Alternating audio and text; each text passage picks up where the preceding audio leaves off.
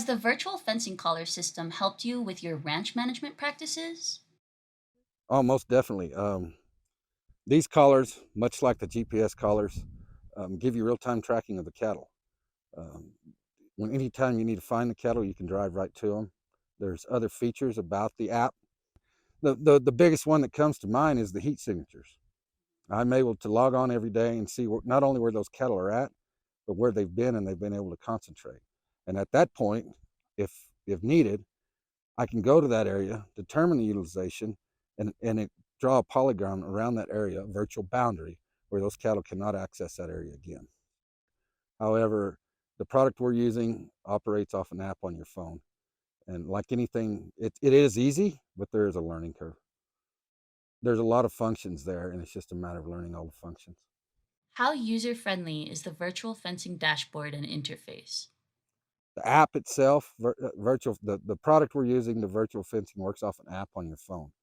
There is a desktop application that you can log into where you can download information like location in a lat long type format and or just cattle activity. Other than virtual boundaries or the replacement of fencing, I've been able to use this product, at times where I was had cattle in an area because they had to be, say, at weaning, and they had to be there, but there was very utilization to a point was very critical. With the heat signatures, I could go every day and rotate the cattle, not only from the pasture that I put them back in at weaning, but over into the pasture they need to be with a virtual boundary, just every day moving the cattle.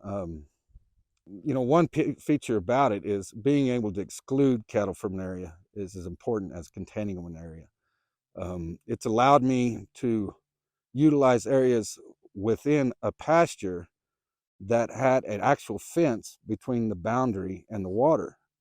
I was able to water in one pasture and with the virtual boundary move the cattle across the road, cut a hole in the fence, and put them in another, and use an area of less desirable species while still maintaining almost no utilization of black grandma. It's there's lots of features that work out.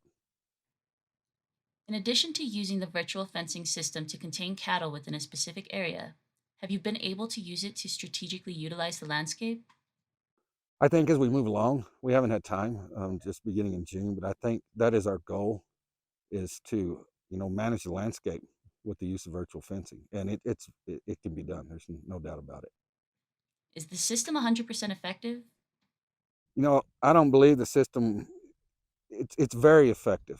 To what percentage, I can't answer. These cattle here that are in the background are highly trained to it. It didn't take that long to get them that way, but I don't know if it'll ever be 100% effective. There's been issues during the breeding season where we've had bulls collared, and obviously, if you've got bulls right next to each other, you might have one ignore the boundary. There's been other instances with increased activity that we can't explain where they've ignored the boundary, but under daily use, it's extremely effective. I think in the future, when it gets used to protect areas of critical habitat or riparian areas, being able to select livestock that adhere to the virtual boundary better, it might reach 100% effectiveness. What kind of maintenance have you had to do on the collars themselves? For example, charging, repairs, lost collars, etc. No, we've never lost any collar. I've had one collar come off a bull, but that was during the breeding season, and he was being a bull. The biggest maintenance issue, as you can see, the way the collar goes around the neck. When they change body condition, during the year, you either have to increase, tighten the collar or loosen the collar. It's just that's been the biggest maintenance I've seen. We have had one collar. You see how the collar operates. It's got a solar panel on both sides and a rechargeable battery in the bottom. We've had one collar that got moisture inside of it, and when we took it out, took the battery out and let it dry out, it went back to working. Now they are waterproof because if you see the design, when they drink water, it gets in the water. But we've had one that got a little moisture in, couldn't explain it, pulled it out, dried out, and it went back to working. What kind of advice would you give to another rancher considering adopting this technology on their ranch?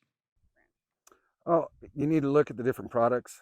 You need to because the different products on the market, a lot of them use a different communication method. Look at your terrain, your topography, determine which product would work best for you. Um, and look at your livestock management. There is some barriers here. Right now, during calving, I'm not putting cattle in small confined areas because they have small calves. If you're calving year round, I don't know how confined you could put the cattle in a virtual boundary. So there's a lot of things to look at. There really is. The biggest one is the ability for the collar to communicate. And then if um, if if you're using a lower one type collar and you're on government land, look at land ownership, because where you can place towers becomes an issue. So there is barriers, and there are lots of things to be studied and considered. But it's a very good product, and it's very helpful in daily management.